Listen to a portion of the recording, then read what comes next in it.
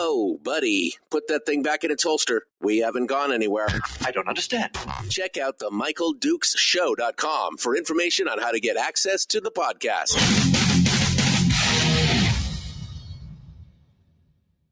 Welcome to the party, pal.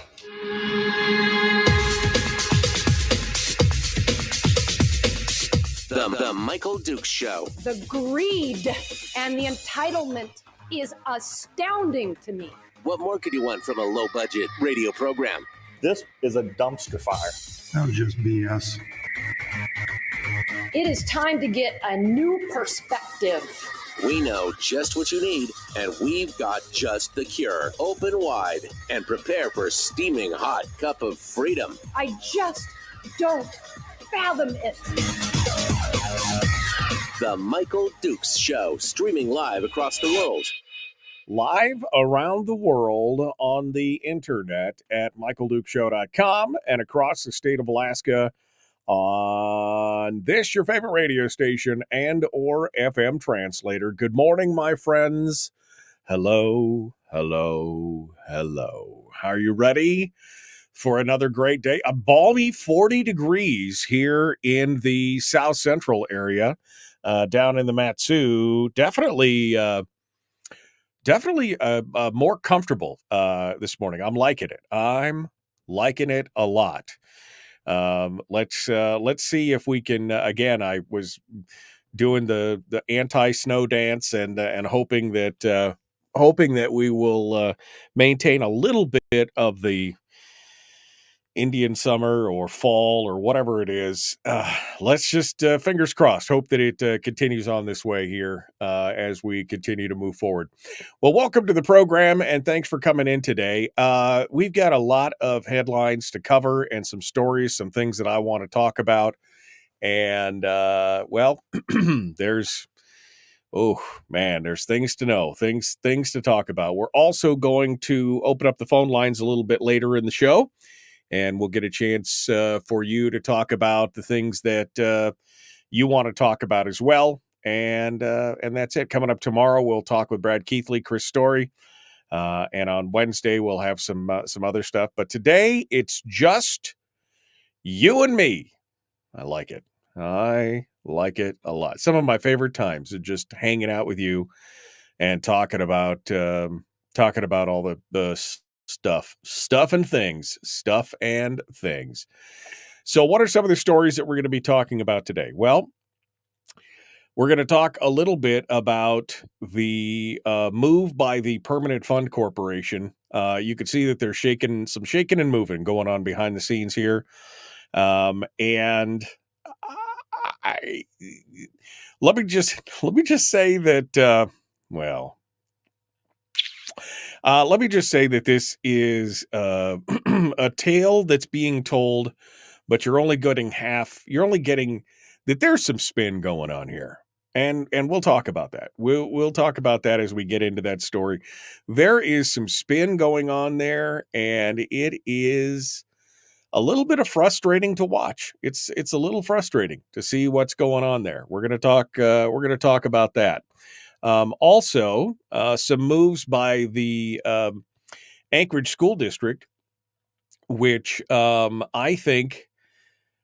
kind of think it's a good idea. I know you probably are all shocked to hear that I think that a school district is doing something well, but to me, it's an acknowledgement of that something is broken and that they're trying to find a way to fix it. Now, I don't know if this answer is the actual, I don't know if this thing is the actual answer or not, but at least they're, trying to find a way to move in that right direction. So I think that's a good story, and we'll see what goes on with that. We'll have some discussion on some of the other races that are happening, because we are about 2.5 weeks away right now from the elections in Mat-Su for the Mat-Su school board and borough assembly and things like that. And there's a lot of moving and shaking going on here. And as we saw in Fairbanks with that race, there is a lot of monies coming in from outside the state, and there's some real pushback on some of this. We'll also talk about a bit about the COVID Alliance that happened this last weekend. Had a pretty good crowd out there, apparently, and we'll see who comes in and talks about that. And then, what else are we going to talk about? Liz Snyder.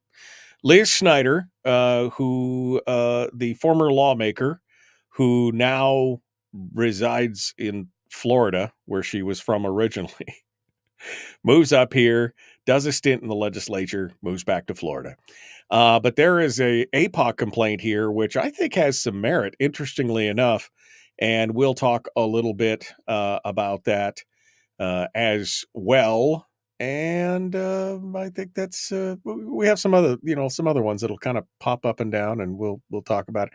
The homelessness in Anchorage is a huge deal down here in the South Central area. Not so much in the Matsu, but down in Anchorage, that has become a huge, huge issue that is kind of all-consuming of the Assembly's time right now. Between snow removal and dealing with the homelessness issue, that seems to be the only thing that these folks are talking about over the last few months. And so we're gonna see what else is gonna come out of that, and we'll discuss with you and me, and we'll just hang out. And like I said, we'll open up the phone lines a little bit later on. So, how was your weekend? How are things going? How did you feel? Do you feel great? Do you feel like this is did you get everything done that you needed to get? I did. I felt pretty good. It was a good weekend.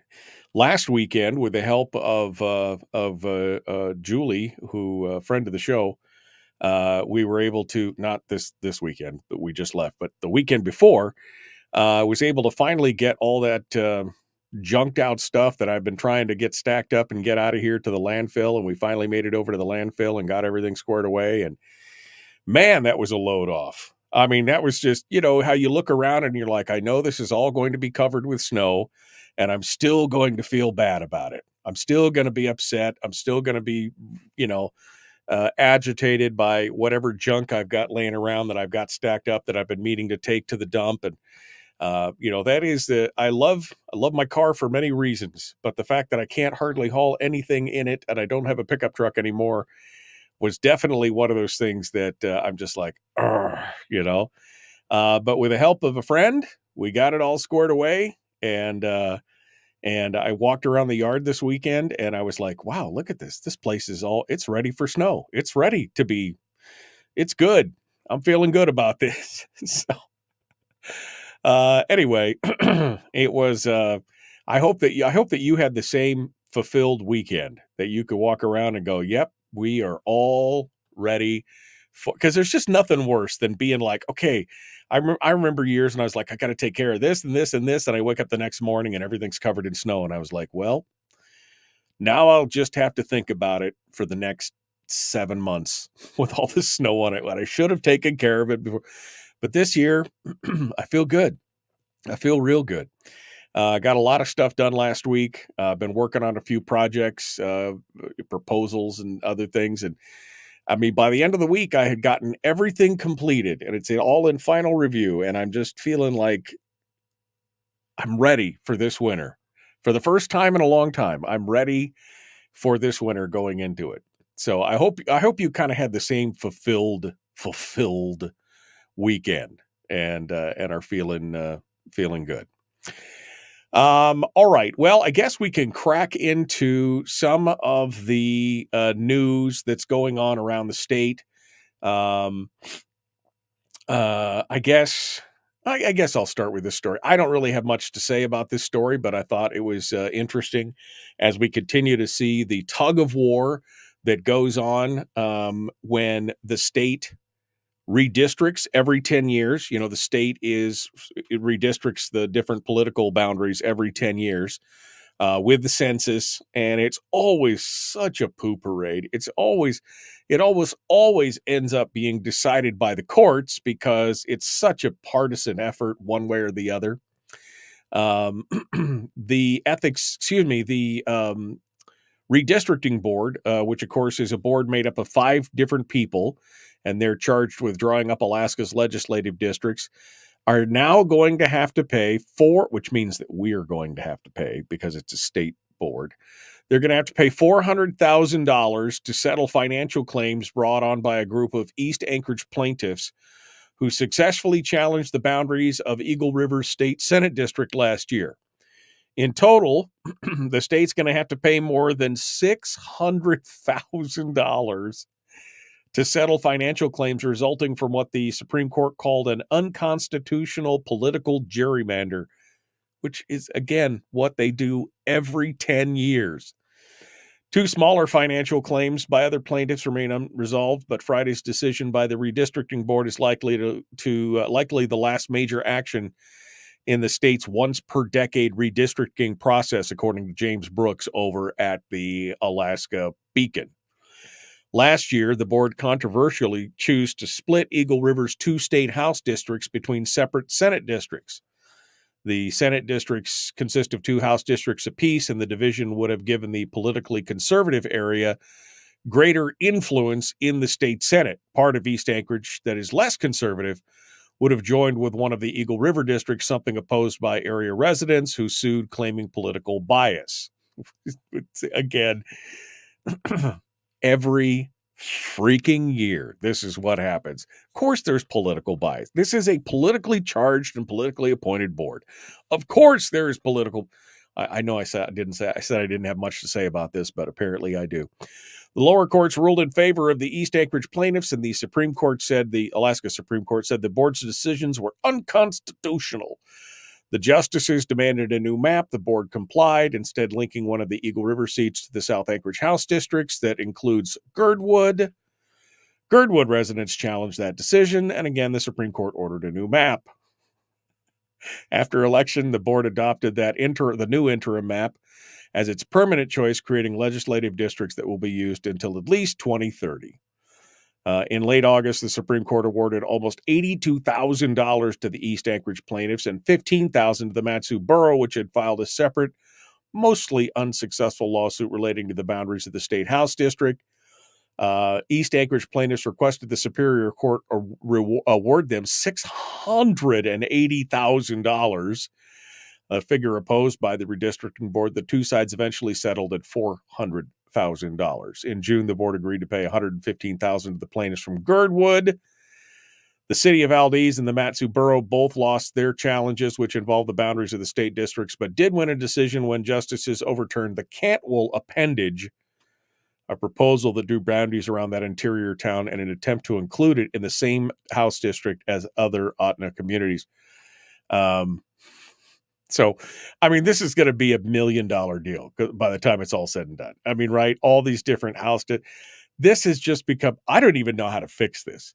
I was watching this when I was first on the borough assembly. I was watching this kind of play out in real time because the Fairbanks North Star Borough was involved in some of the redistricting debates and it was involved in some of and it was just so blatantly, I mean, the courts were deciding this in the end. It wasn't the board. I mean, anything that happened led to a court challenge. Whether it was the Republicans who were in charge of the board or the Democrats who were in charge of the board, they always led to a court challenge.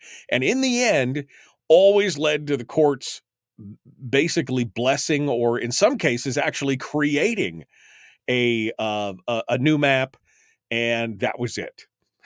It's just, I don't even know what to say. $1 million, so I guarantee you. $400,000 already paid out. They paid out another, 100, what did they say? $82,000 to the Matsu Borough and other East Anchorage plaintiffs. I mean, this is going to be $1 million deal by the time it's all said and done. What a crazy poo parade.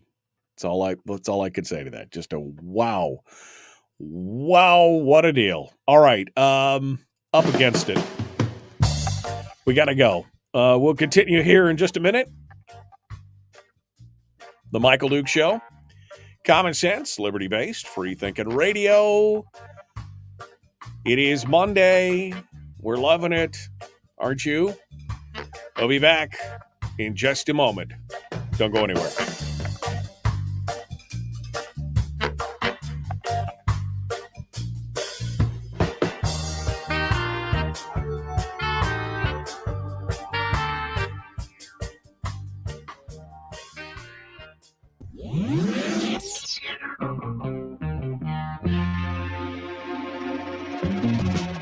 Running on 100% pure beard power. Oh, also some coffee. We dip our beard in coffee. Ha, nice beard. The Michael Duke Show.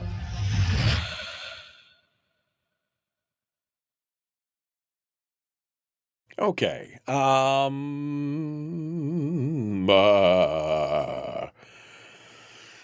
Let me go back and see what you guys are all talking about. Good morning, good morning, good morning. Jason on YouTube. Brian, my dad. Terry, Bill. Hello, guys. Hello, hello. Hello. Brian says he's sick of the overcast. That's weird. I mean, it's, although it was beautiful yesterday. What, just beautiful. Gorgeous sunshine. Gorgeous. Good morning, good morning, good morning. Good morning. Could there be any correlation between the city offering free tickets to anywhere to the homeless? No, I mean, I know that they said a few people have taken advantage of that, but I think it was like 35 at last count. So I don't think it was, help the neighborhood take down trees, which I will convert into heat next year. Did the local Comic-Con with daughter too. My daughter went to the Comic-Con. She said it was a lot of fun. Nice little con. It was a little fun. Aegis Comics, right? Aegis Comics out there.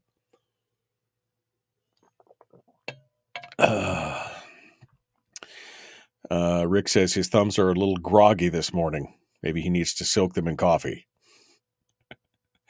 I don't know, man. It was a great weekend. It really was. I slept in. Felt so good. Oh, man.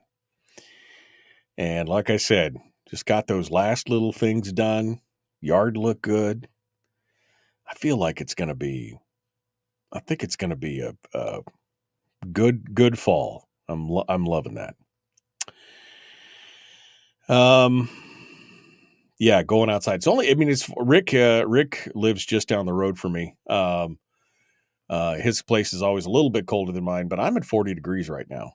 So it's nice. I mean, it's like, wow, what the heck is going on?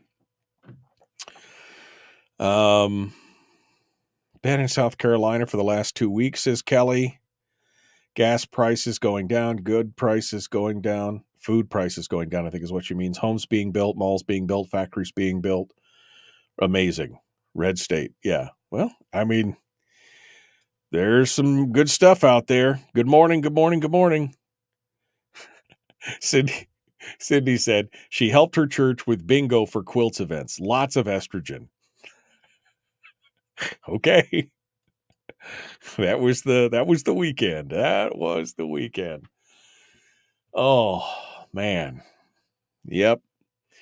Just another Monday, my friends. Ready to go. I mean, it's not just another Monday because you're going to have a good one today. I get it. My beard is out of control this morning. I don't know why. It's just not. Need to do something. Okay. It's one of those days where you just feel like you want to shave it off, I mean, not shave it off, but shave it down. Like, would not obey. It would not obey. Didn't feel like getting the hairdryer out this morning. All right. What else with stories? What else do you guys want to talk about today? Any topics that are hot on your mind? Anything that you guys are like, yeah, we need to talk about that. Let's get to it. I'm curious. Any topics that are just hot on your mind on this bright and beautiful Monday morning?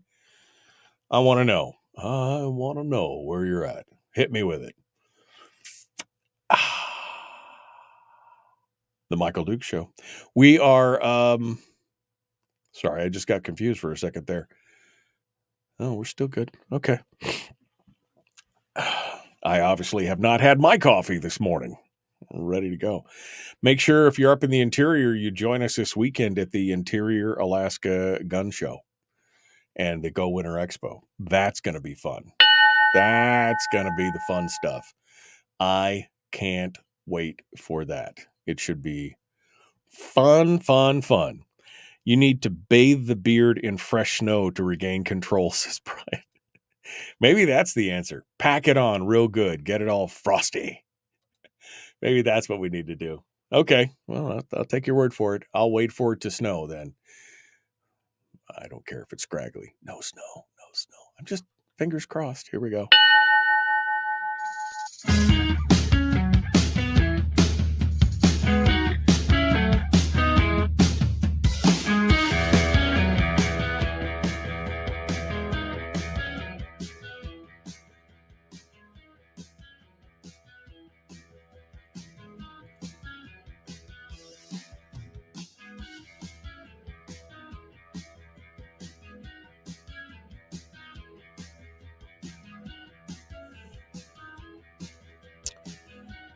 Okay.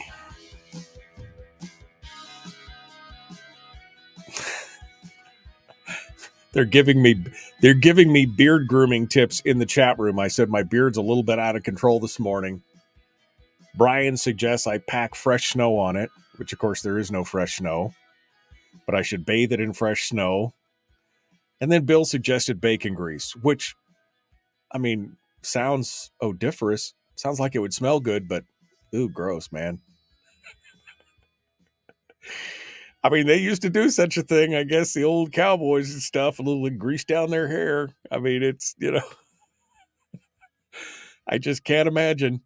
Boy, that would make you, the bears would love you. Absolutely love you in the woods if you were slicked down with bear grease or with bacon grease. All right. It's pouring down rain in Kodiak. Yeah, I mean, it could be pouring down rain here. It's just cloudy here. Just cloudy for you. I don't even know what it is up in Fairbanks. I mean, I could tell you. But down in the South Central area, we're having a good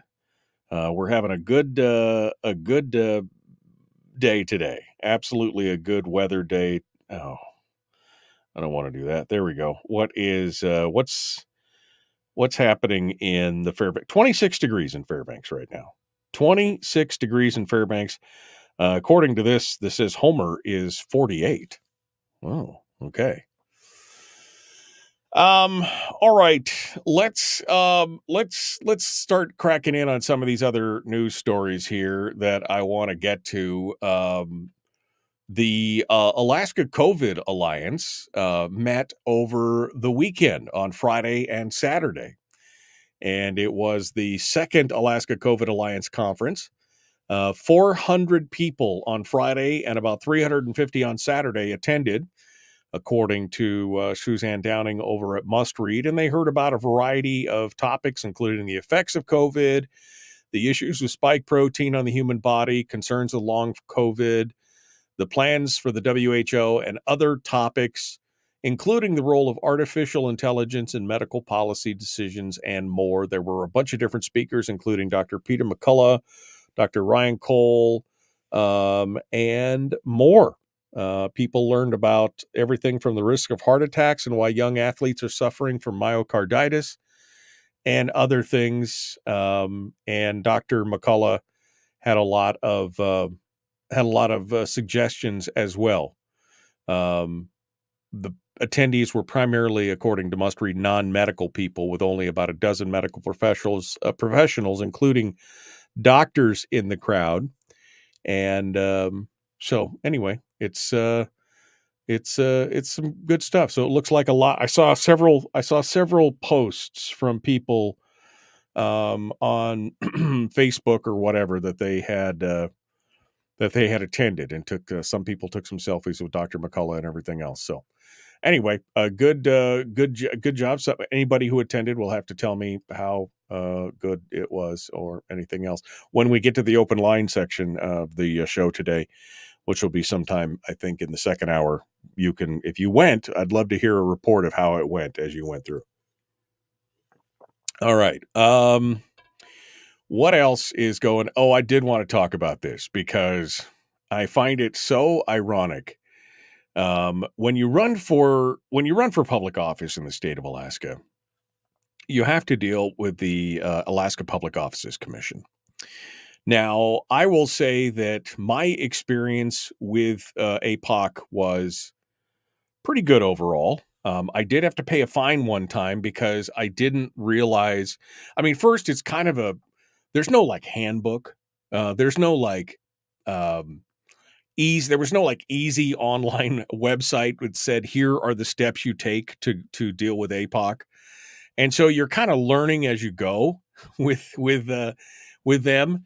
And I did end up having to pay $150 fine one time because I didn't file it was like a report that I didn't realize that I was supposed to file after. I can't remember which one it was, but it was one of the reports that I didn't realize I had to file. I will say that the people that I dealt with at APOC, Heather Hebron, I think, and some other, they were extremely helpful. And APOC was they were very nice about it. But I would say that in the long run, this, it's a tangled web. All the filing and the reporting and everything else. But when you make politics your business, as some of these political people do, when they make politics their business, they should know better. And this might be the story for Representative Liz Snyder. She's a former member of the Alaska House, a Democrat who represented a portion of Midtown Anchorage from 2021 until 2022, and then moved back to her home state of Florida. And apparently she has some explaining to do to the Alaska Public Offices Commission about why she used campaign money to pay her husband a thank you gift for services rendered on her campaign. Now, I will say this, even I know that a thank you gift is not a approved expenditure. Okay? You just can't do that. But this is interesting. This all comes down. This all comes from Jay McDonald, who is an activist who has been. You might remember his name. He's the one that filed the APOC complaint against Jenny Armstrong this last year. He filed a complaint against her because she started to try and raise money to pay down her debt to her campaign lawyer, Scott Kendall, although she never disclosed the debt personally or on her campaign finance reports. That thing is still simmering in the background right now. So she had this debt. She never disclosed it on any of her APOC filings to Scott Kendall. Remember Scooter Kendall? Anybody remember Scott Kendall? You know who I'm talking about? Alaska for Better's elections, all the other. Yeah, you know who I'm talking about. She never disclosed it, and her fine could be as high as $385,000 for that little. Oh, man. Anyway, Jay McDonald, who filed that APOC complaint, has now filed a new one against Liz Snyder and her husband, Sam Snyder. And this is a little bit long and involved. Let me see if I can get through this here in the next few minutes, but I want to kind of, there's some backstory here as to why you have to get some backstory on this. So in 2018, Snyder used her husband, Sam, as her campaign treasurer. He's an environmental activist and it's director at True Blue Strategy, which is a political consultancy. Did you look, people who make politics their business? I mean, upon her first filing, Liz indicated Sam was her treasurer in 2018, and he remained so until the end of the 2018 cycle.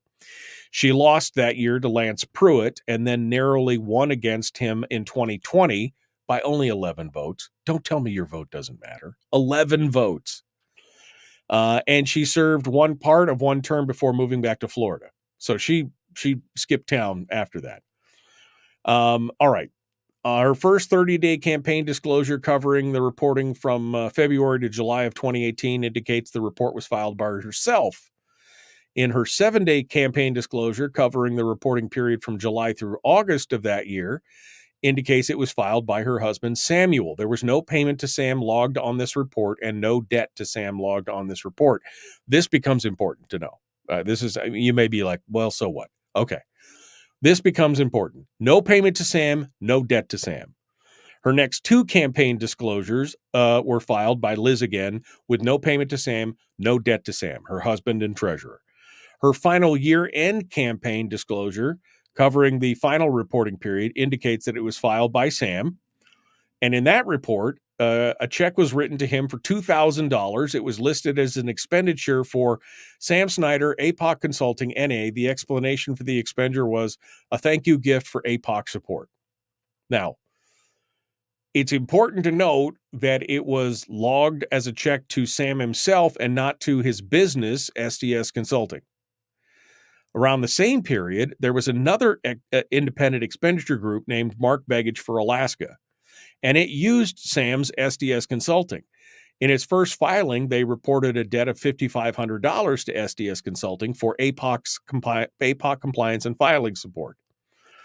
They later showed filings that the debt of $5,500 was paid in full, along with a check with a description APOC filing support. It shows that Sam Snyder was providing these services for a fee, which means a couple things. It means that she should have either noted it as an in-kind donation if it was something he did for a living, or it shouldn't be marked as a thank you. Anyway, subsequent APOC rulings have further clarified that so it shows that Sam Snyder's was again providing stuff for a fee.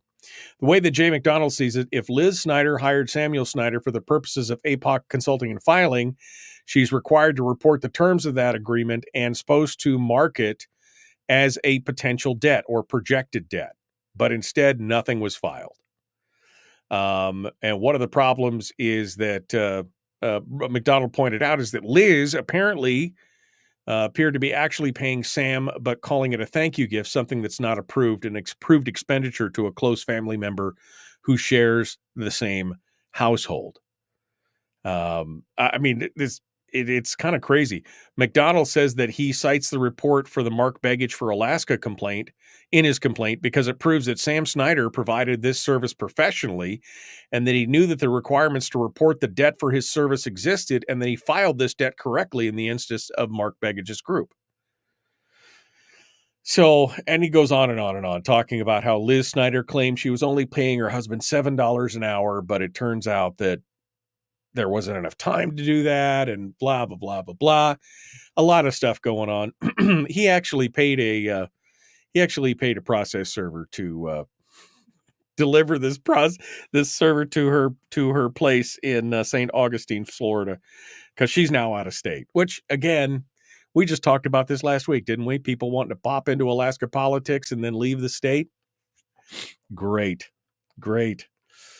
So anyway, just another interesting APOC complaint between this one, and I don't think this one is nearly as interesting as the one for Jenny Armstrong, where that complaint could be pretty significant.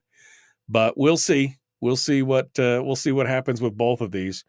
I guess is this lawfare? I guess this could be considered. I mean, since Scott Kendall is over there. Stirring up all these APOC complaints against Kelly Chewbacca and Art Mathias and others. I guess what's good for the goose is good for the gander? ? I mean, I just don't know.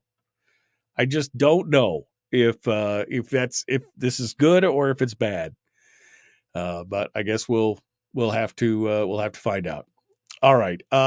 We are up against the break, so we're going to continue in just a moment. The Michael Duke Show, common sense, liberty-based, free-thinking radio. We got more coming up, and your phone calls in hour 2. Don't go anywhere. Back with more right after this.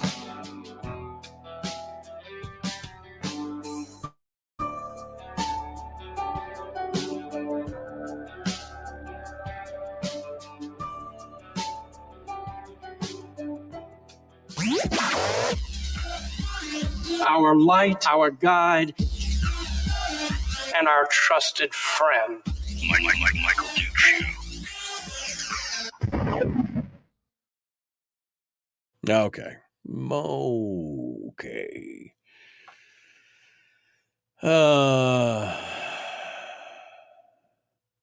I was thinking 40 degrees and drizzling, says Bill. Yeah, he'd be really popular with the dogs, the cats, the bears. Yeah, Terry would put the kibosh on the bacon grease post haste. The dog would love it. I guarantee you. The dog would be already licking my face more than it does already. Kelly says you could, that the COVID Alliance thing was amazing. You can watch it again online. Going through. Are they just now catching that, says Kelly? I'm assuming she's talking about the APOC complaint. Yeah. There's a lot of stuff you got to work on.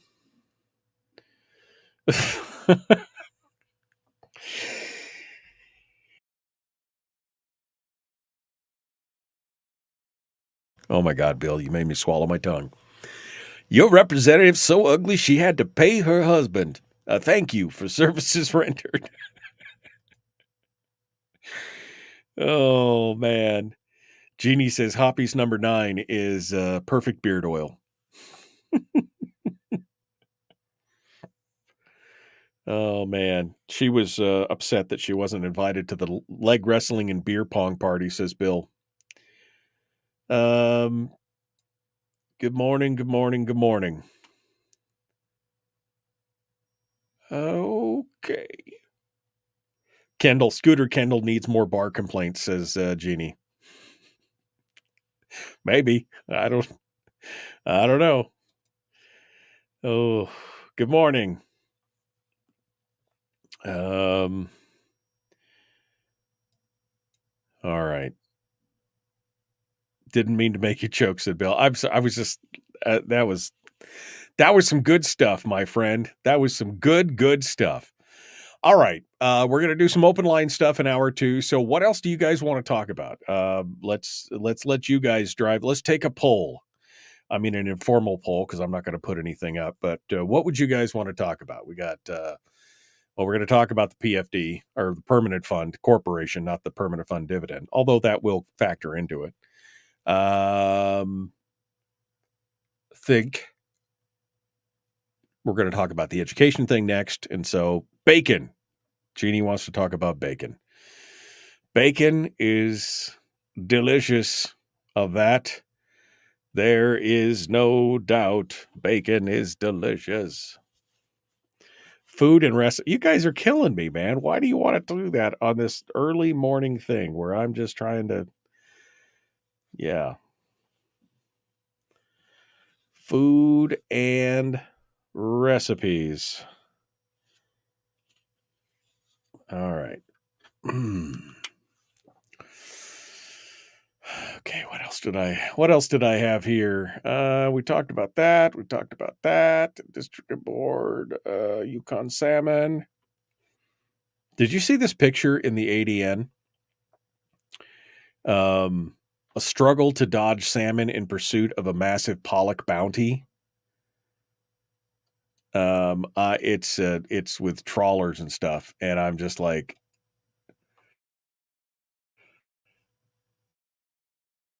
I don't even know. I just don't even.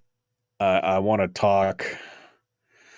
I want to talk a little bit more about that. But there's an article in the ADN today talking about the pollock industry and trawlers and what's it doing to salmon bound for the Western Alaska rivers and everything else. So it's interesting. So,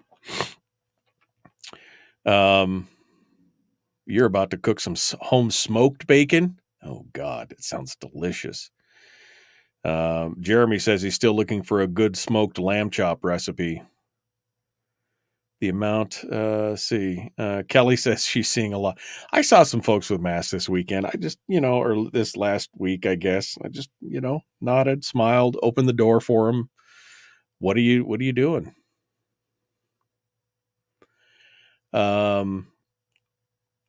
We used to run deer fat on our cast iron stove before we left the setnet camp at the end of season. Render deer fat or run deer fat on our cast iron stove? Oh, rub. Yeah, well, it keeps it from rusting. Probably keeps the bears from liking it. All right. We got to go. I guess that's the end of that. You guys are all over the place this morning. Although I do like your idea of bacon, smoked bacon, home smoked bacon. Man, I would love to. I just don't have the patience for a smoker. It's just I don't have enough time to babysit and do all that kind of stuff. Although I have friends that have done cheese. That's what I would like to smoke. I would like to smoke some different types of cheeses. I've tried to smoke cheese once, but it was damn hard to get lit.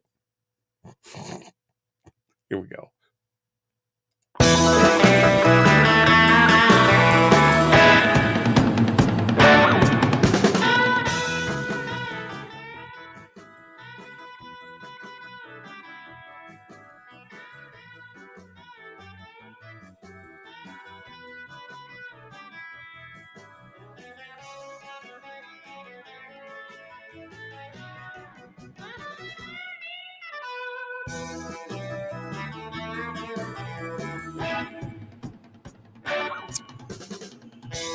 Okay. I asked everybody in the chat room what they wanted to talk about this morning, and all they want to talk about is food and recipes. I think sometimes we need a bit of a break from the political machinations and stuff, don't you? I mean, sometimes we just need well, remember, we're coming up on the holidays, and what did we do last time? We did the holiday recipe contest, where we did a bunch of where we got a bunch of recipes from listeners, and then we put them up for the most likes and votes. Sarah Vance won last time. Sarah Vance actually won the contest. She got a coffee mug and a pound of coffee for winning that contest. And for the life of me, at this very moment, I cannot remember what her recipe was. I'll have to go back and look. But it was that was a great time. I love seeing what people love to, what to them is comfort food, right? What to them is a thing. Did she file that with APOC? Well, that was a contest, so I don't. But Derby cake. That's what it was. Was it Derby cake? Is that? All right. Kentucky bourbon pecan pie. That's what it was. Thank you, Bill.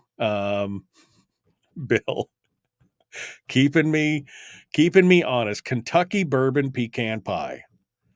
Oh man, I love seeing what people love to cook for the holidays. I mean, that's the feel good time, right?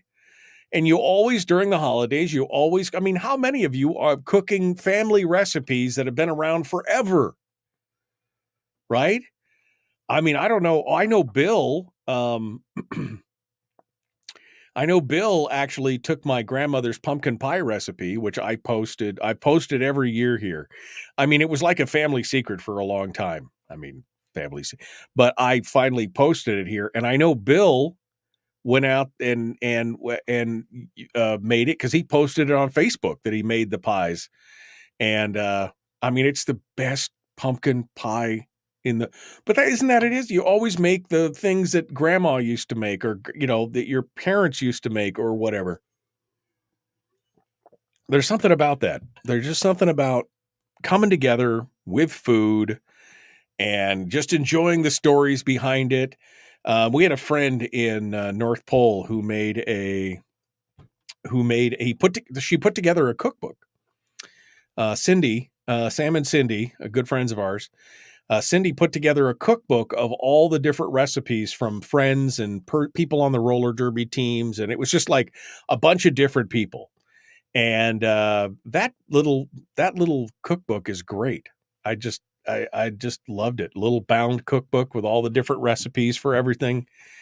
And So anyway, I could see why people wanted to talk about food.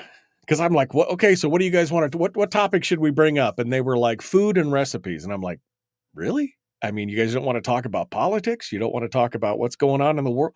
I feel like, and this is the time of year where I start to run, like in January, I'm all gung ho, right? It's legislative time. The session's about to start. We go hard and heavy. But by the time I roll into October, November, December, I am about burned out on the political stuff. And that's when I start thinking about having shows about food, history, book interviews. I mean, just other kinds of things because, there's more to life than just politics. Oh my gosh. Tawny just had an idea. The Michael Dukes Show cookbook. Tawny just said we should. So maybe I should gather all the recipes because I've done that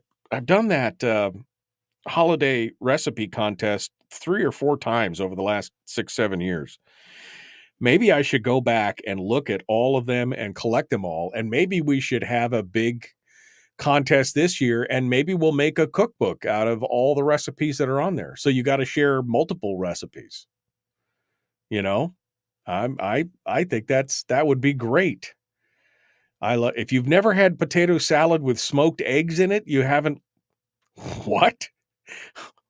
What? Smoked eggs? Oh man, you had me at smoked eggs. Potato salad with smoked eggs in it. That sounds delicious. How about Christmas jalapeno jelly? My wife makes a Christmas jalapeno jelly that is just jalapeno wine jelly. That is just amazing. It's so delicious. So good. Now everybody's saying they want an MD Show cookbook. I'll have to put it out there. Maybe we'll create one and get it bound and put it together. Everybody rum. Now they're talking hot buttered rum recipes, smoked bacon and pound, smoked bacon salad, smoked potato salad with a pound of smoked bacon. Oh, you guys, it's all bad. It's all bad. All right. Well, maybe I'll think about it here. They're all talking about now. They all want a cookbook. So maybe that would be a good thing. You guys can tell me in the next hour when I open up the phone lines if you think a recipe contest would be another good. I always enjoy it because I enjoy reading. Maybe I never make the recipe, but I always enjoy. Oh, somebody put up the first time I did this contest would have been 2015, 2016. Somebody posted a recipe for oyster stuffing. So it was like holiday stuffing, but it was made with oysters. And Terry made it. I was like, oh, you got to try this. This sounds delicious. And Terry made it that year, and it was wow. It was amazing. So rich. I could basically eat like 1 or 2 spoonfuls, a little helping of it. And I was like, oh, I can't have any more. So good, but so rich and flavorful. Anyway, this is how distractible I am in the morning sometimes.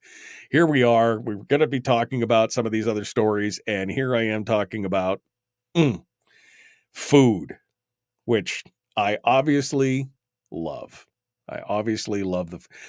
Kelly just said raspberry jalapeno jelly on melted brie with bacon pieces. My wife and I's anniversary was last week. We've been married for 32 years. And she got us for our anniversary night. We were hanging out on the couch and she got a big round of brie, and she melted Irish butter and chopped garlic over the top of it with a fresh sourdough baguette. And we just cut it into little, slices. And that was our dinner. We ate the brie and the garlic and the fresh Irish butter and some grapes with the brie. It was so good. Oh man. So good. Absolutely delicious. Okay. Yeah, food is a great catalyst for conversation. It is. I mean, food is, it's the universal language. Whenever you're going to go someplace so you're going to go outside someplace.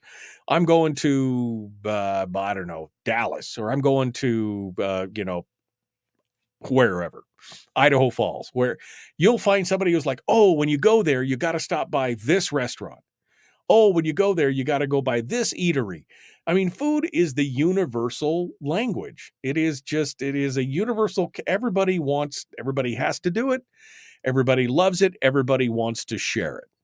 And it's an amazing thing. Food is an amazing catalyst for conversation. You're 100% right. And yes, there was wine, Harold. There was wine. There was cheese and wine. It was delicious. And what more could you? It was an Alexander Cabernet.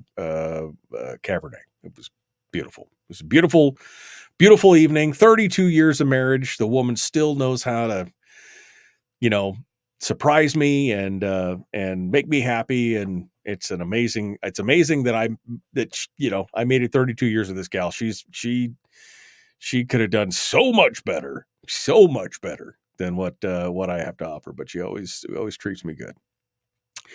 Everybody is talking about the oyster stuffing now. I had never had oyster stuffing up until that point. I had never had I'd never even heard of it.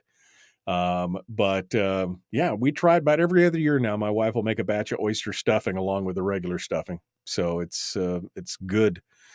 It's good stuff. Absolutely delicious. All right. Well, hour 2 is coming up. And as much as I would love to sit around and talk about food all morning, I really would love to talk about the food all morning. We got a couple other stories to discuss, including the new academies that are being put together by the Anchorage School District and the move by the Permanent Fund to try and create this constitutional amendment. Now, I have some bones to pick on this story, and we're going to talk about that here on the other side. James Brooks writes for the Alaska Beacon. It got picked up by the ADN, and there are some glaring holes in this story. And I thought maybe it was just ignorance, but it looks like it's being omitted, especially when he references back to something that's happening in New Mexico. We're going to talk about this. That's all coming up in hour 2. And we're going to open up the phone lines and more. It's all dead ahead. Don't go anywhere. The Michael Duke Show, common sense, liberty-based, free-thinking radio. Again, hour 2, we'll open phone lines, have some discussions. Tomorrow, Brad Keithley, Chris Story, don't forget that. We'll return with more right after this.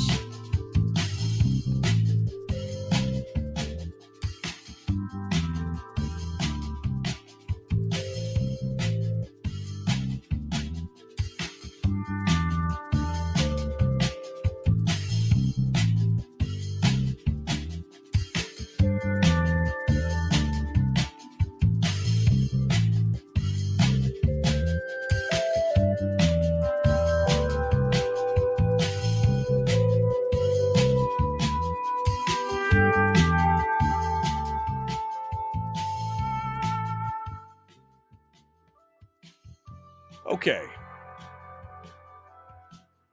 Well,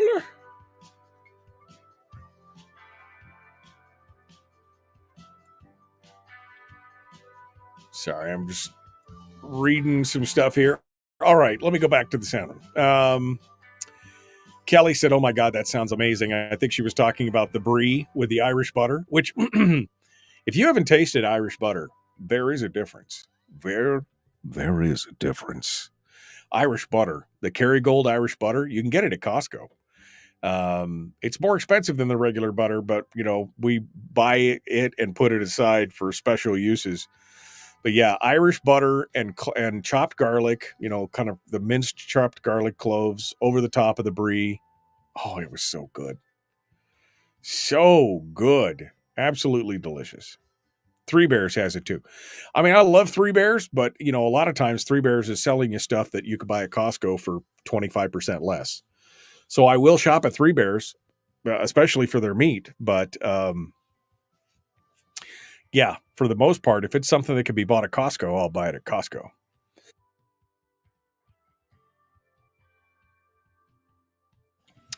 Kelly said she's moving. Did you say you were moving? She was going to miss us. Kelly says she's moving out of Alaska. I'm going to miss the show. Well, you don't have to stop listening to the show. The show is available everywhere. You can just join us here on Facebook. You can stay connected.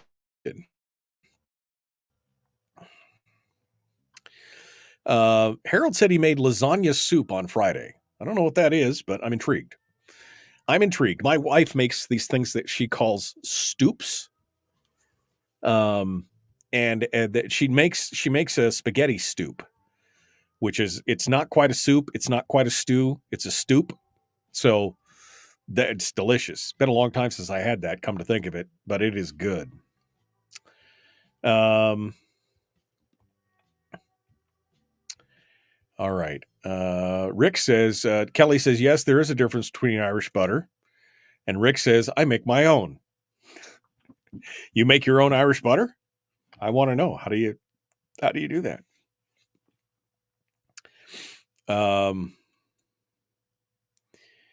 Going through here.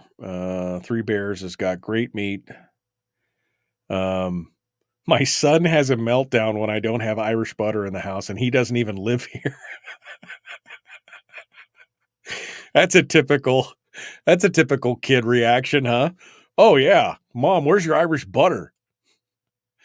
Toddy says, I'm not driving to Anchorage for a 2-person household. Well, okay. I mean, you know. Donna tells Kelly, you can join her for the 10 o'clock club. See, because the 10 o'clock club for Donna is the 6 o'clock club for us. It's good. Okay. Look it up. The lasagna soup. It was my first try. Kids ate it up. It says "are it up," but I'm sure it means ate it up. As a Anthony says, as a proud Italian, the concept of lasagna soup triggers me culturally. I'm going to my safe space now. Take some lasagna soup with you when you go, will you? It'll be good. It will be good. When Jerica was in Florida, she said it was harder for me to join when I was in Florida because of the time difference didn't match up with my schedule to listen at 10 a.m. She said I worked nights there, was asleep at that time most days. That's okay. You know, that's okay. It is what it is.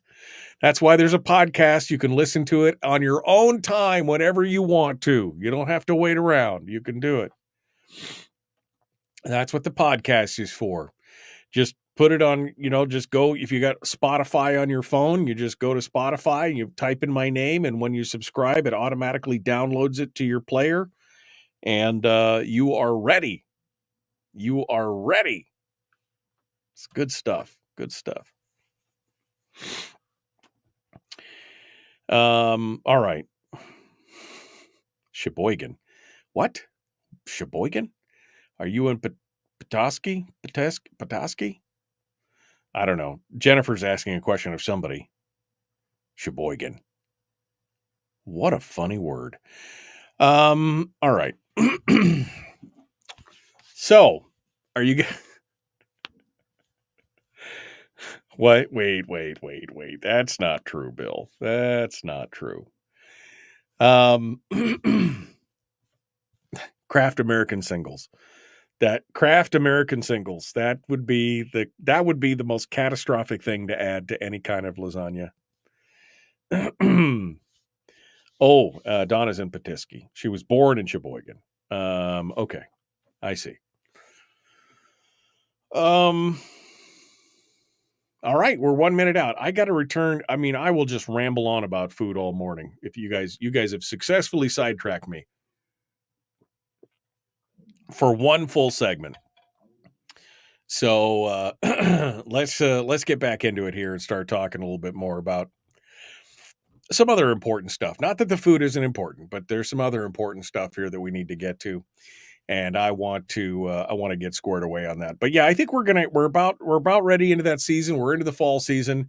Now's the time to start talking about some of the segments on food, fun, movies, books. We're going to do that. We're going to do that. All right. Heading out, my friends. Here we go. Hour 2, dead ahead. Let's do it.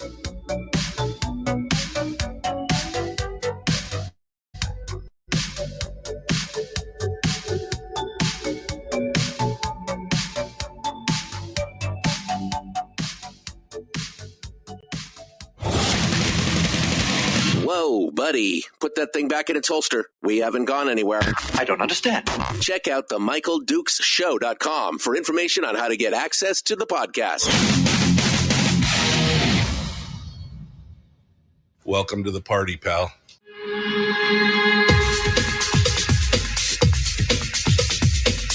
The Michael Dukes Show. The greed and the entitlement is astounding to me. What more could you want from a low-budget radio program? This is a dumpster fire. That was just BS. It is time to get a new perspective. We know just what you need, and we've got just the cure. Open wide and prepare for a steaming hot cup of freedom. I just don't fathom it. The Michael Dukes Show, streaming live across the world. Live around the world on the internet at michaeldukeshow.com and across the state of Alaska on this, your favorite radio station and or FM translator. Good morning. How are you? Welcome to the show. It is the Michael Dukes Show, broadcasting live. It is a beautiful Monday morning, a balmy 40 degrees outside the old hacienda here in South Central. A little bit warmer down on the peninsula, 27 degrees up in the interior, last I checked. So, kind of a nice,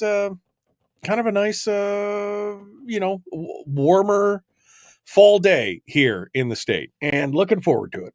Looking forward to enjoying it. I hope you had a great weekend and really got some stuff done. I was just talking in hour 1 about how I made the rounds of the house on Saturday. You know, just kind of walked around, made sure, checked to see if everything.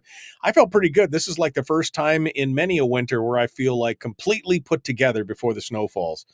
All the stuff that I've been wanting to pick up and get junked out and everything else all got done. Special thanks, by the way, to Julie, who helped me out with that. She brought a truck and a trailer, a dump trailer over, which was so nice because, dang, you only had to load it once. Baby, you only had to load it once. But we got it all squared away, got everything cleaned out, got all the cars fixed up and ready to go for the winter. And I'm feeling pretty good. I'm feeling like it's going to be a good winter time show for this year. All right. What do we got for this hour? We got some headlines, and we got. The chat room distracted me in the last segment. We got talking about food.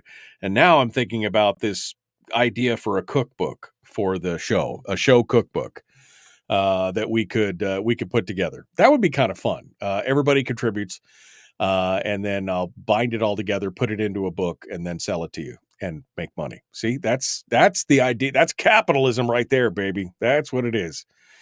It is. It's good. So we will. We'll find out.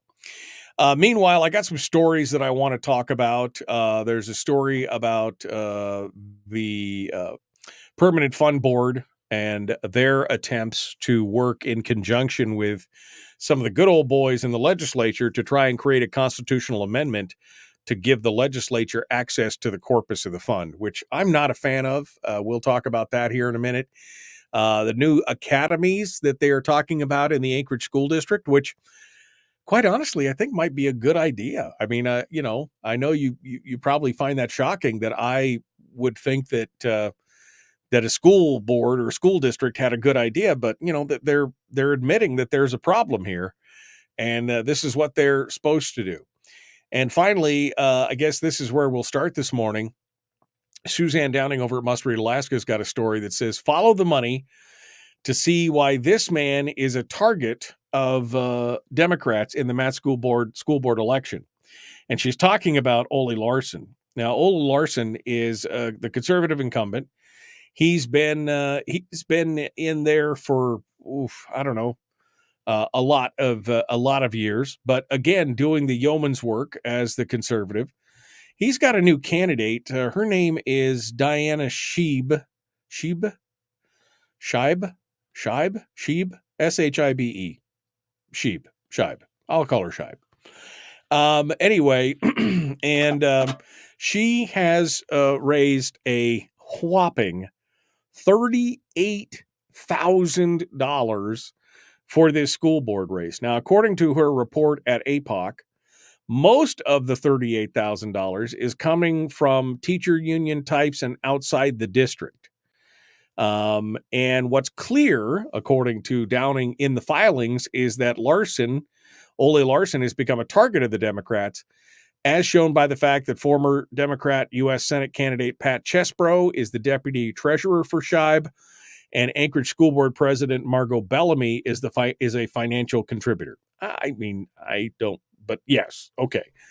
Outside interest groups, including teachers unions and more, are what's. I mean, the $38,000. Ole Larson, by the way, has raised just $9,400, about a third of what Scheib has to spend. And so it's going to be a big, just like we saw in the Fairbanks races, where there was a lot of money going into, well, in that case, in Fairbanks, there was a lot of independent expenditure money going around. A lot of independent expenditure tens of thousands of dollars of money going around. And on top of that, the Mat-Su Borough also has a bond initiative that would raise $38 million in bonds, which is only half of the cost of the projects listed, which is like, what? Proposition 1, it would authorize the Mat-Su Borough to build transportation system projects listed and issue bonds in the amount of $38,168,210, which is 50% of the cost of the projects. And there's a whole bunch of different projects in here. Mountain Trails Drive, Edgerton Parks Road Pathway, $1 million for that. Hemmer Road Extension, $3 million for that. School site traffic and improvement at one of the schools, Pioneer Peak Park, $1 million. Another Green Forest Drive reconstruction, Museum Drive extension, Burma Road upgrades and improvements, school site traffic and safety improvements for Shaw Elementary School, $9 million. $9 million for safety improvements and traffic and safety improvements at one school. Oof. I mean, it's just list after list after list. $38 million in bonds. I know how I'm going to vote on that. I mean, the worst part is they always omnibus it up, right? There might be some good road projects in here, and I'm not saying maybe that they're not all good road projects in the long run. But the thing is, they never give you a pick and choose. They never give you a choice. Like, I want to vote for this one, but not for this one. It's all up or down. I vote against those just on principle, because until you split them out into separate bonds and we can vote on separate things, I'm not voting on 2, 4, 6, 8, 10, 12, 14, 16, 25 different projects in one single vote. That's just, I hate that. I hate that. But between that and the fact that Ole Larson and Kathy McCollum and Moki 2 and some other ones are facing some pretty interesting challenges, this would be the time to get out there and get your vote on. It's all coming up on November the 3rd, right? Did I say that right? November the 3rd? First Tuesday in November. November the 7th. November 7th. All right. So November 7th. That's when the whole vote's going on. You got about 2.5 weeks between now and then to make it happen. So that should be pretty interesting. All right. The project from the Anchorage School District, this is the one that I thought is interesting. And I'm, again, not opposed to the idea. I'd like to see what the implementation is going to be. But Anchorage high school students will soon be required to select a career track that will be part of their daily schedule as part of a major shift in the district's curriculum. A career track would include job trainings, internships, and certifications that the school district hopes will prepare students for their post-graduation careers, according to Annie Berman over at the ADN. School district officials are still trying to figure out what the career tracks, which they're calling academies, will be and how the logistics will work. They hosted a summit on Thursday with elected officials, industry, nonprofit leaders, and parents and students to help narrow down what they would do. The new program, which the district aims to launch next fall, is part of a broader community effort to address Anchorage's shrinking workforce and labor shortage. They're admitting that there's a problem. There's just not enough to keep people interested in staying here. Anchorage lost nearly 10% of its working age population over the last decade. We've got this huge out-migration. How are they going to interest the kids in staying in state? And this has been a problem. We've had, the brain drain in Alaska has been going on for many years because there's not always a lot of things to do. But there's plenty of work to do. Maybe we're just not educating them on what the opportunities are. I mean, slope work and everything else, carpet. I mean, I want to know how much of this is going to be like voc ed and some technical training. In the fall of 2025, fall of 2024, the initiative is going to launch. All ninth grade students will spend one designated class period per day exploring career opportunities and their own skills and interests, according to the chief academic officer with the district. Then in the fall of 2025, sophomore students will choose a career track to focus on for the remaining 3 years of high school. Each high school will have between 3 and 6 academies for students to select from, and they'll have the option of switching academies at least once. Next year's freshman class will be the first cohort of students to participate in the program. If the student wants to attend an academy that's at a different school than the one they attend, they said the district is working on transportation plans for the students, and they're working out the logistics and everything else. So it's interesting. It's interesting. Each academy will have pathways based on what the students are interested in. A health academy, for example, might have a nurse pathway as well as a physical therapy focus. So it's, I'm not opposed to this. Of course, the teachers union is they're cautiously optimistic, but saying the teachers are so overworked, they need more money. But they just got a $15 million grant to help with this new initiative from the U.S. Department of Ed. So it's interesting. The superintendent, Jarrett Bryant, said they've heard rumors from some parents that the new model would mean less of a focus on college as well as humanities and arts electives. Both said that wasn't the case. But again, my question is a focus on college the only path forward? I think we're starting to see that a college-only focus is not the only path forward. We've talked about this. Why that there are more students who are less interested in college in the long run because it doesn't have the payoff for them that they would need. The goal of the initiative is to give students a stronger sense of their options and a quicker path to a career that pays a good wage, said school administrators. In recent years, this is what I love. In recent years, the school district has seen a drop in attendance, which they attributes partially to students or families perhaps not seeing the usefulness of a high school education. Or, alternatively, let me offer an alternative viewpoint. Maybe it's because they don't see the benefits or the usefulness of a brick and mortar high school, and they've decided to instead take that education into their own hands.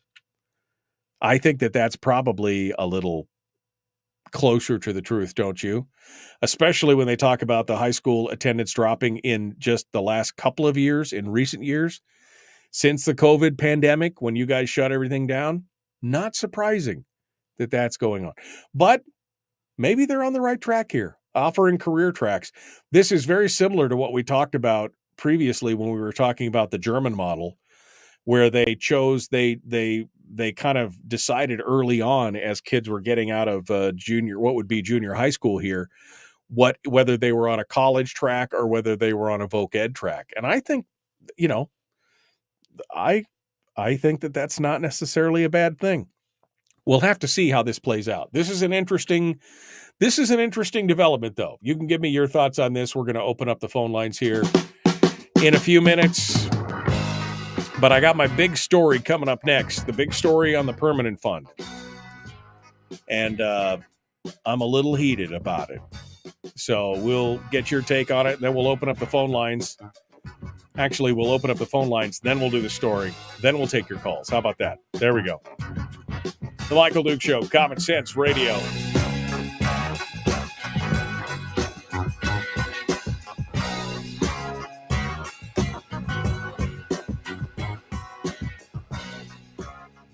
We're broadcasting live through a series of tubes, Allowing all of these entities to provide streaming stuff going on the internet. well, it's kind of hard to explain. Sorry. Streaming live every weekday morning on Facebook Live and MichaelDukesShow.com.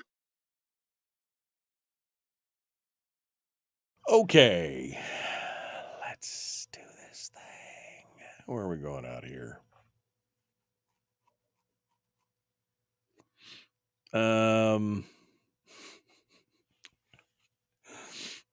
Okay.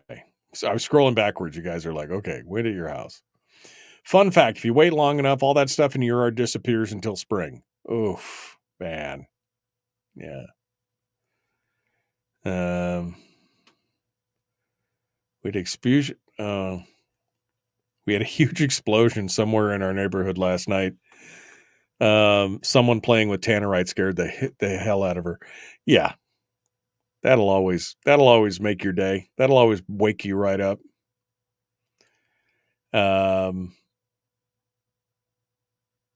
Okay, follow the money. Fluffy cinnamon rolls. Oof. Yeah, Margot Bellamy. Say, where have we heard that name before? And Fairbanks turned blue. Nearly $100,000 spent in Fairbanks from outside monies from the campaign donations and the PACs and the independent expenditures and everything else. Nearly $100,000. Yeah, Scheib is the past president of the NEA. Listening to NPR official contributions to the election the other day, and you wouldn't really know. Herder says, listening to NPR official contributions to the election of the day, you really wouldn't know the outside influence on the face. Because, I mean, they do that, right? Yeah. That is a dangerous location, Shaw Elementary, but not worth that much dollars, says Melody. $9 million. Right? That's what they for the Shaw Elementary School.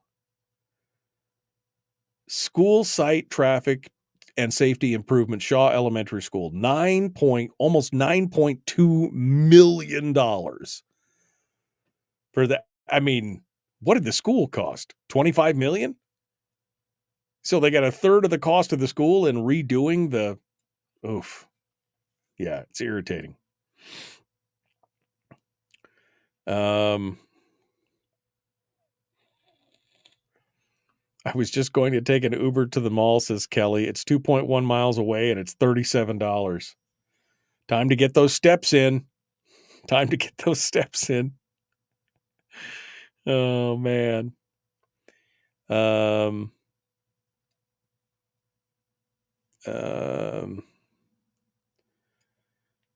Okay.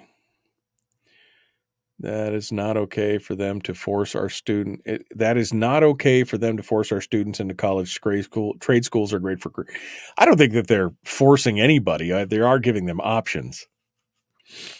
Oh no, big government needs our 18-year-olds to jump immediately into 50 to 80K a year of unsubsidized permanent debt. Got to keep those Neolithic transgenders, art and craft majors on the menu. Who's going to represent the trans cave Zers, if not? Yeah. Well, I mean, that's the thing. They keep wanting to say, you got to get educated. You got to go to college. You got to do those things. Oh. Bill says he just sent me a picture. So now I have to look on my email because I'm a slave to the picture here. What do we got? What do we got? Oh, no. Oh, maybe it was on my Facebook page. There it is. Oh, maybe it's not on my Facebook page. I don't know where you sent me the picture, Bill, but I don't see it. I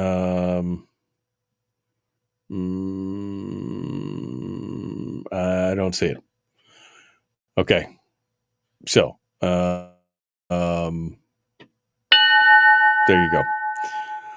All righty. Getting ready to jump back in. We're 30 seconds out. Bill, I'm sure, just sent me a teaser picture of his breakfast. I think is probably what he just sent me. Oh, you sent me via text. That's why. Okay. All right. Well, see. So many different ways of getting the... Oh, God. It's the custom... All right. Gotta go. The Michael Duke Show, Common Sense Radio.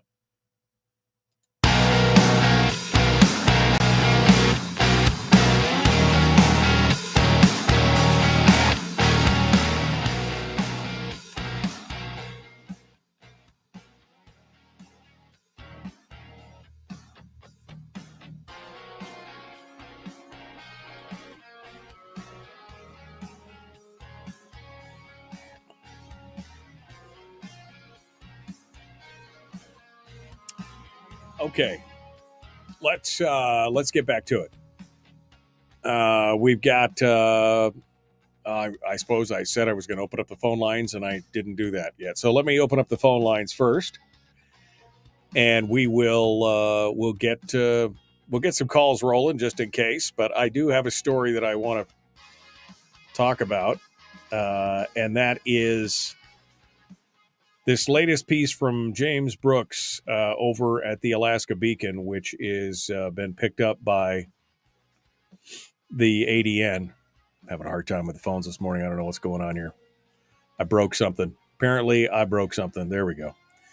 But James Brooks over at the ADN has picked up this thing, and he is talking about the potential for a constitutional amendment that the permanent fund is typically a non-partisan, non-political thing.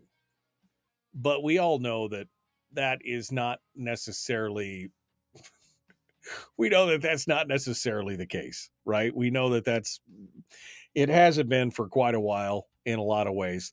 And it's a little frustrating to watch the reporting on this because there's some, I don't want to say willful blindness going on, but let's take a look at it. We'll kick this off here, and we'll go through this story. The Alaska Permanent Fund isn't running out of money, but it may be running out of money that can be spent.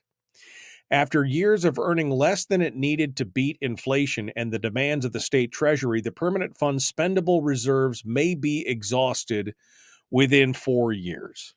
So, spendable reserves, this is the earnings reserve account, may be exhausted within 4 years. Now, yes, it may be.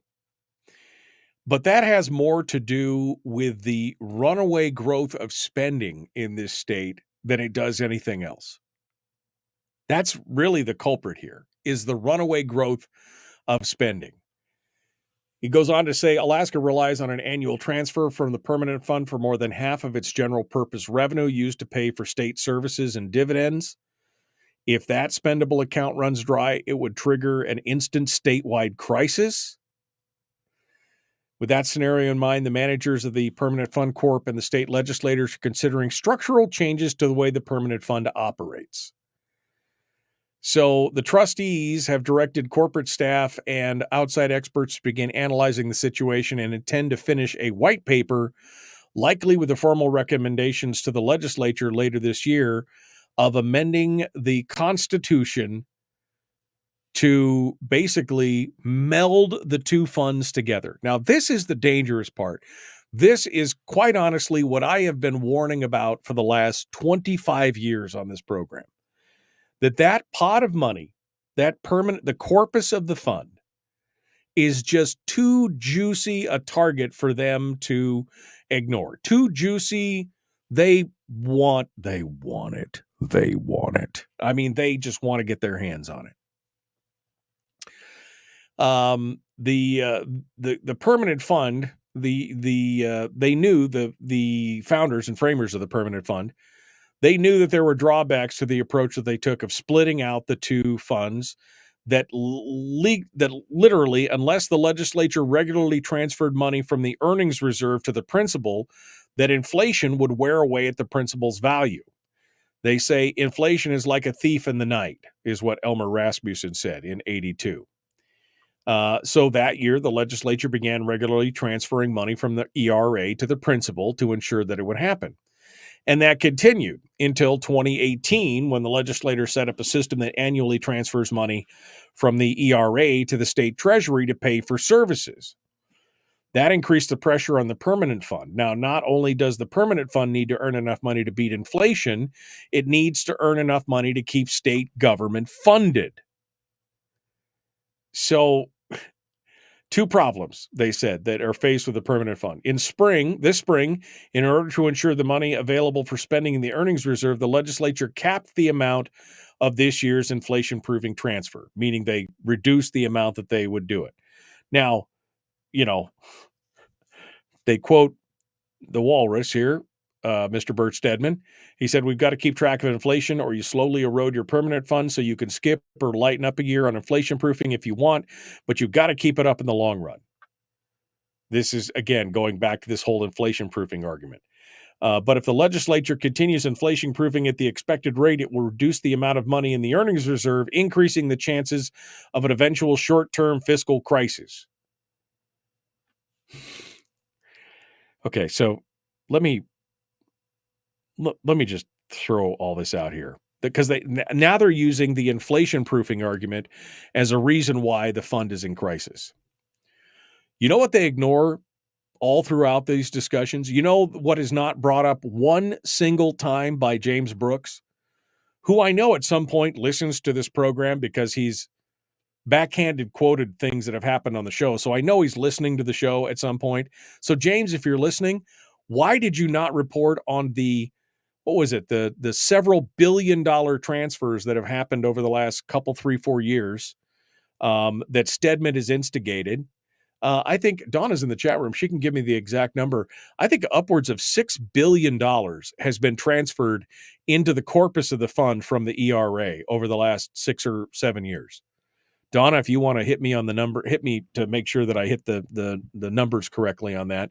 But I want to say it's about $6 billion has been transferred from the ERA into the corpus of the fund. Now, they didn't call it inflation proofing, but it has the effect of inflation proofing. If you're moving it out of there to protect it, if you're moving it out of there to keep it, that's a lot of money. But that is never mentioned at all in this article. The transfers, $1 billion here, $2 billion here, $4 billion here. Pretty soon you're talking about real money. And they go on to talk about how they float this constitutional amendment. As envisioned, the amendment would combine the permanent fund's two accounts, the corpus and the ERA, into one. The state treasury would take a percentage of the fund's overall value each year to pay for dividends and services, and the legislators won't be able to spend more than the percentage without amending the Constitution again. But it gives them access to the entire corpus of the fund. Now, and here's why I'm really flabbergasted. Because he goes on to talk about Alaska's changing spending habits. If a constitutional amendment with a 2/3 legislative supermajority is too hard, the legislature could consider passing legislation that reduces the annual transfer from the permanent fund to the state, the POMV statute. Shrinking that figure would make it easier for the permanent fund's investment to keep pace with spending and inflation, but because reducing the transfer would mean reducing the amount of money available for dividends and services, that's not likely. See, what they're not talking about here is this is not about dividends. This is about spending.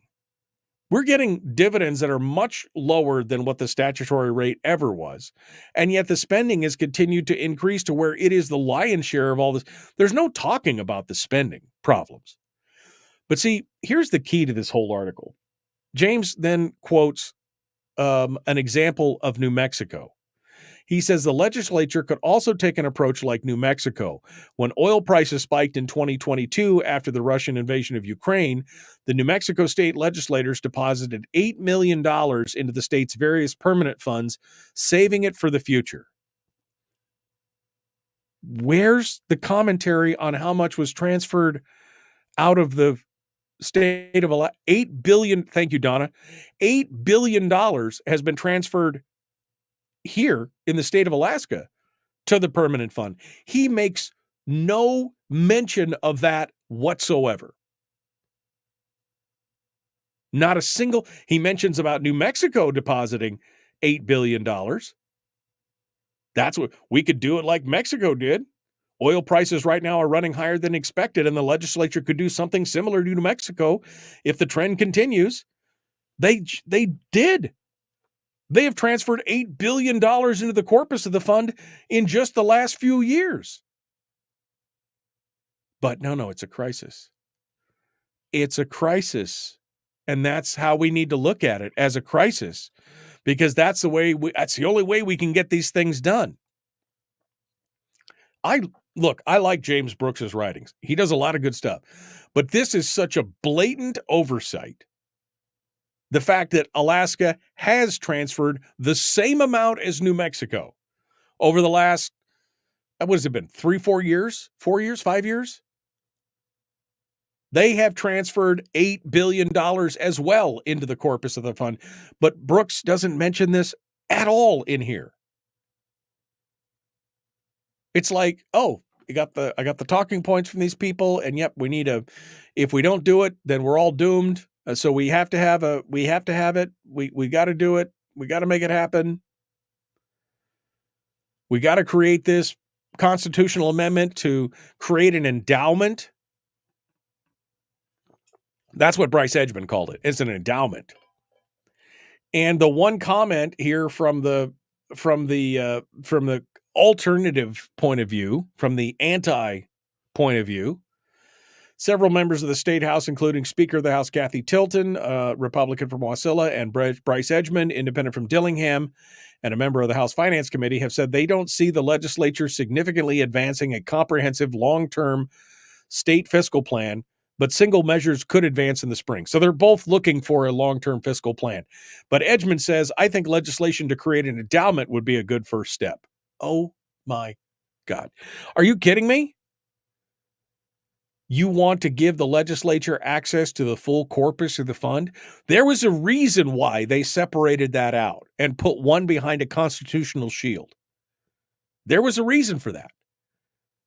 Because it would be gone today if they hadn't.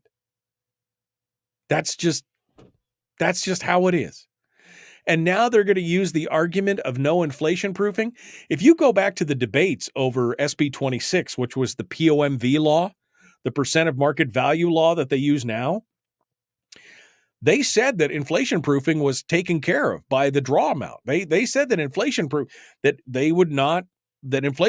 was fine. That was all factored and figured in there. But now it's become a problem, except for the fact that they've transferred billions of dollars into the corpus of the fund from the ERA over the last few years. I mean, this is smoke and mirrors, folks.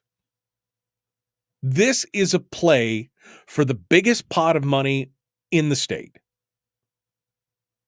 And the worst part is that they are admitting in their own words here that they're going to run the ERA dry, and it's because they are spending so much. They want more money. They're admitting in this article that it's going to run dry, and it has nothing to do with the inflation proofing. It has everything to do with how much their spend is.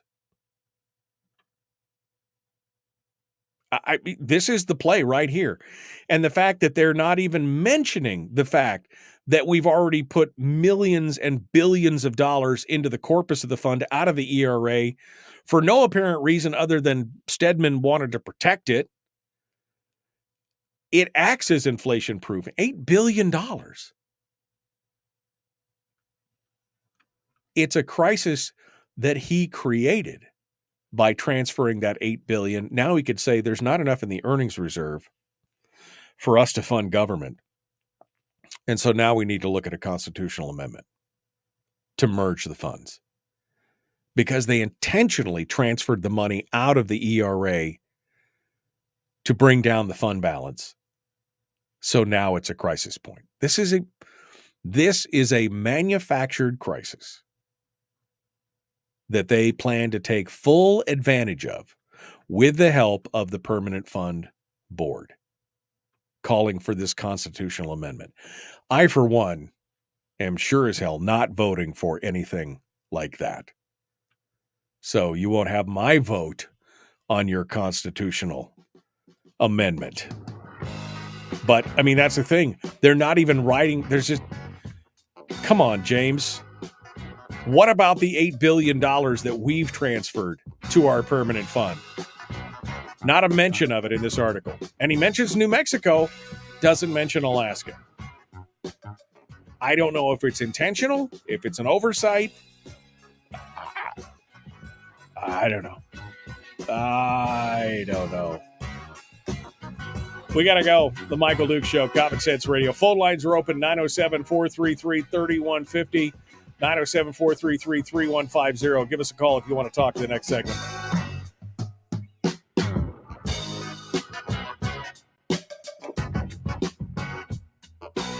We're broadcasting live through a series of tubes, allowing all of these entities to provide streaming stuff going on the internet. Well, it's kind of hard to explain. Sorry. Streaming live every weekday morning on Facebook Live and MichaelDukesShow.com. Okay.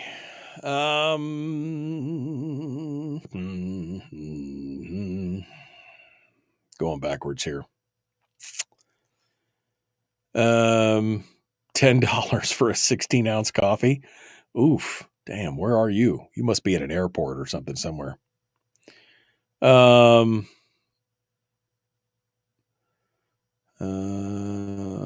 think it's both hilarious and irritating that people are going to get their panties in a twist over safety upgrades to an elementary school.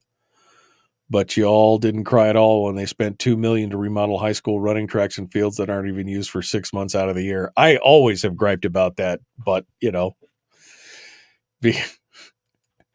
I always griped about that.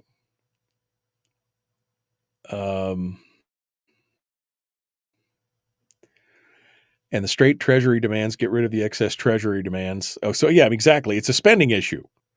And the state treasury demands. Get rid of the excess treasury demands, the legislature, and you'll have Brad talked about this. It's in part funny accounting, in part because of Bert's moving money from the earnings reserve to the corpus. It is a manufactured crisis. That's the problem. It's a manufactured crisis. Donna goes on to say that POMV is self-inflation proofing. Exactly. That's what we were told when they passed it. Now they're acting like, oh, this is a problem. Oh, this is a problem. We don't have enough money in there. This is a problem. What they're basically saying is that they don't have enough self-control to live within that POMV amount. That's what they're saying.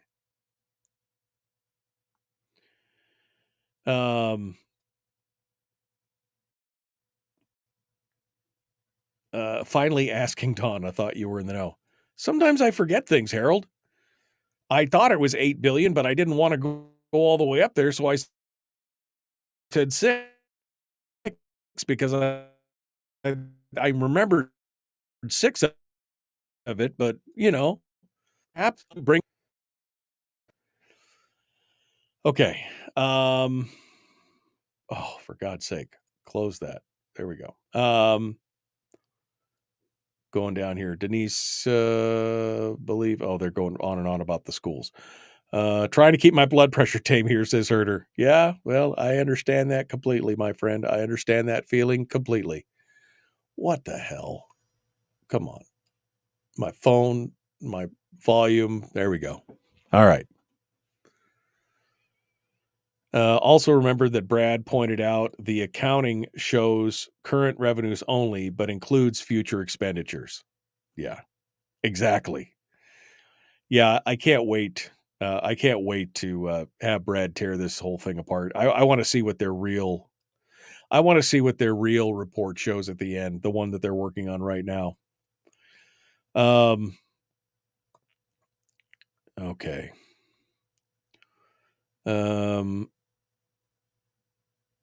Someone just friended me under the name Donna Ardwin, but it wasn't actually her.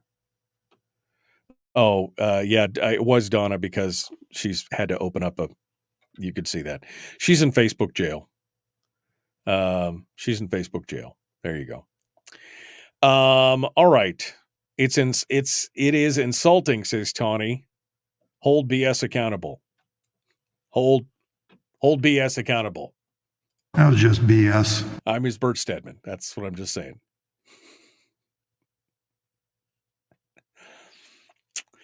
Okay. Yeah.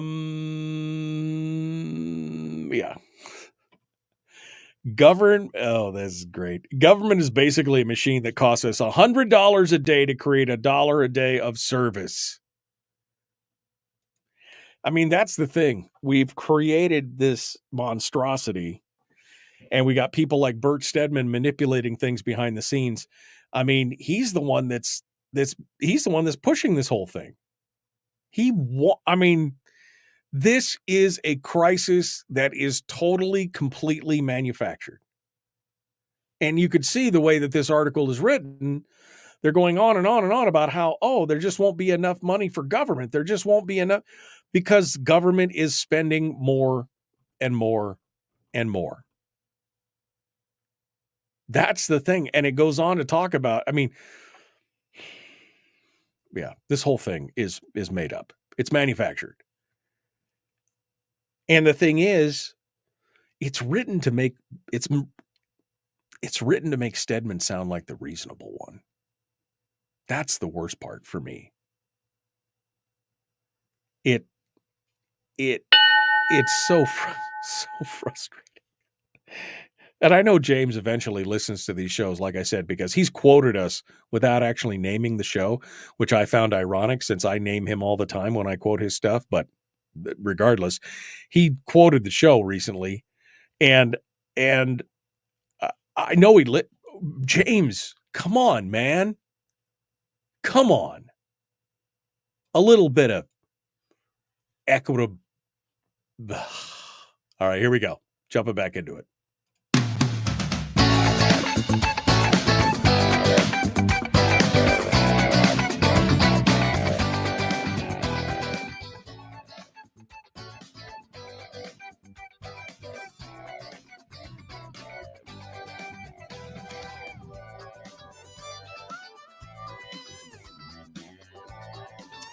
Okay, we are ready to go. One final segment of the show today. What are your thoughts on this? I'm mad about it. All right, let's go over to the phones and see what you guys have to say. We'll get started here and see what's going on. We got a couple lines on hold. Over here we go. Good morning. Who's this? Where are you calling from? It's Terry calling from Kodiak. Hello, Terry. What's on your mind?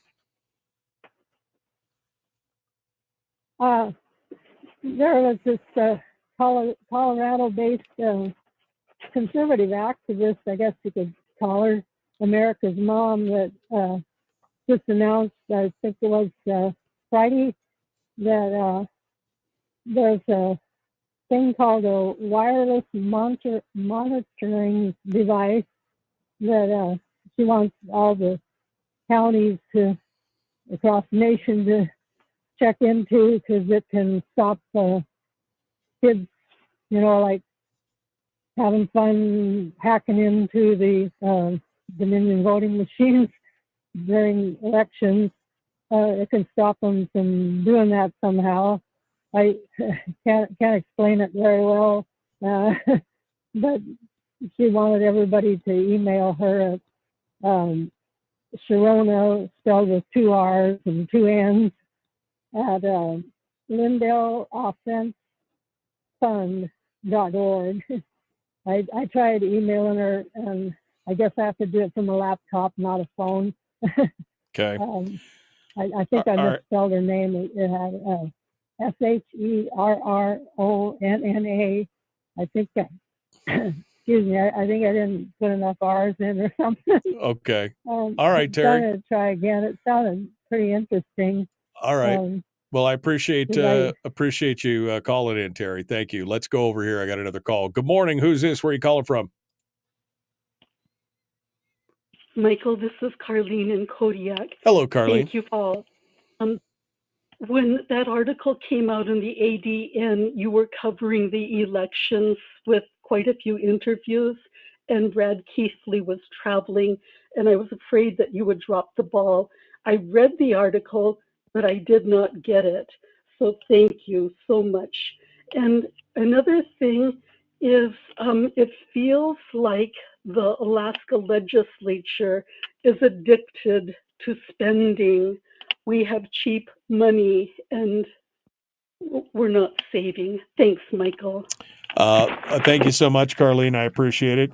Yeah, I mean, I was hoping that I would help people, walk through this article and understand it a little better, with the, with the whole permanent fund and exactly what's going on here.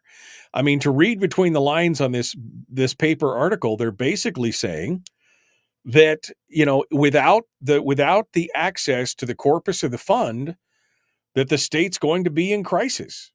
This is basically a beg letter to allow them to tap into the corpus of the permanent fund, which, again, if they had, there was a reason why these funds were separated in the very beginning, because they understood, and Hammond talks about this. I mean, after the state received that first royalty payment of, it was $900 million, almost $1 billion. And the state legislature went through it like a hot knife through butter and spent every dime of it. That's when they said, crisis. This is a crisis. Remember, when the state got that first big check of almost $1 billion, the state budget at the time was like $160 million a year. So they got a check that was like 8 times what the annual budget was. And what happened? Man, they gnawed through that thing like it was nothing. And that's when Hammond and Company said, wait a second. Wait just a second. And that's where they created the permanent fund. And then later on created the permanent fund dividend. And I think that this just shows, this article, if nothing else, shows you that the biggest problem is, as I've said for many years, spending. It's not a revenue problem. It is a spending problem. We need more money. And of course, the argument is that this whole thing has been set up because this whole thing is gotten to this point because we don't have enough inflation proofing, but it's ignoring the $8 billion transfer over the last 6 years. And as Donna pointed out in the chat room here a few minutes ago, that this is exactly what Brad pointed out earlier, that the report that they're basing, now we're getting, remember this whole argument from the Permanent Fund Corp board is based on their initial projections and the revenues and everything else that they were showing. But Brad talked about this last week or the week before, when the accounting of it only shows current revenues, but it also includes future expenditures without those future revenues coming in either, which is the same thing. Remember when Bill Walker stood up there and said, if we pay this out, the permanent fund will be gone. If we pay this out, this will all dry. If we keep paying out at this rate, then it'll all, again, showing you only the current value of the fund, neglecting to tell you the fact that the money spins off into the earnings reserve every year. That there is money deposited that at the current fund balance, sure, if all you had was the current fund balance, sure, we'd run out of money in the ERA. But what they failed to put in there was that every year, more of the earnings spin off into the earnings reserve account. So they put in the current revenues and future expenditures without putting in the future revenues as well. That's like saying you're going to run out of money in your checking account paying your mortgage because based on your current bank balance, that's going to, a couple months, you're going to run out of money, not accounting for the fact that you're going to get your paycheck every month. This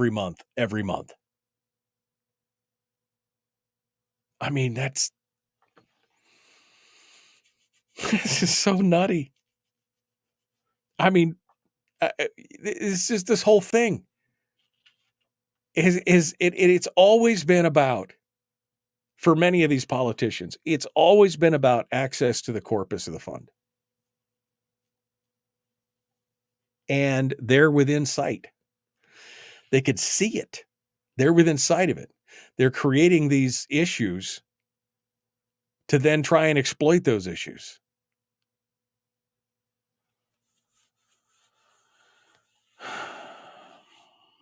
It's this whole thing is just insane.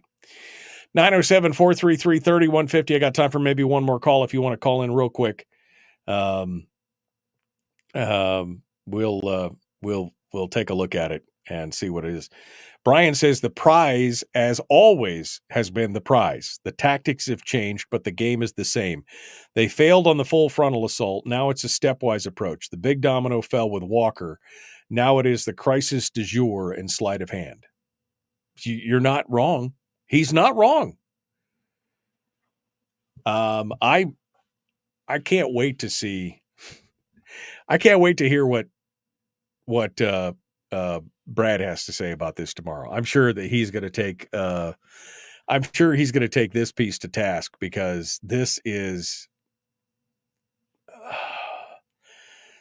problematic to say the least. The reporting on this, especially the disingenuous, the fact that he quotes what's going on in New Mexico with the $8 million transfer in New Mexico and doesn't acknowledge the same $8 million transfer here is, I would say blatantly astonishing, but that's just me. All right, we got to go. I appreciate you guys coming in today. It's been a great show today. I've enjoyed it. And we will see you again tomorrow. Appreciate it. Thanks for coming in and joining us. Be kind, love one another, live well. Tomorrow, Brad Keithley, Chris Story. We will return. The Michael Duke Show, Common Sense Radio.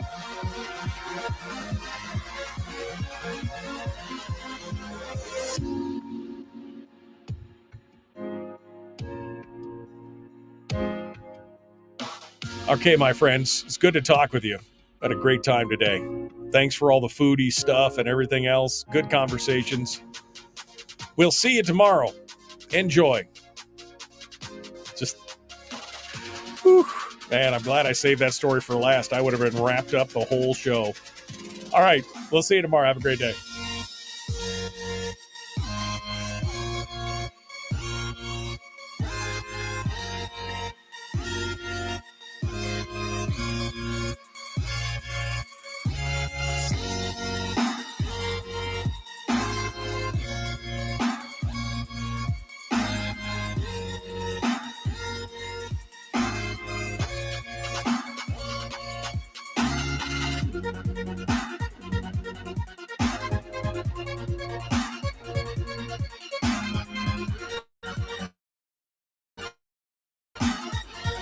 Goodbye.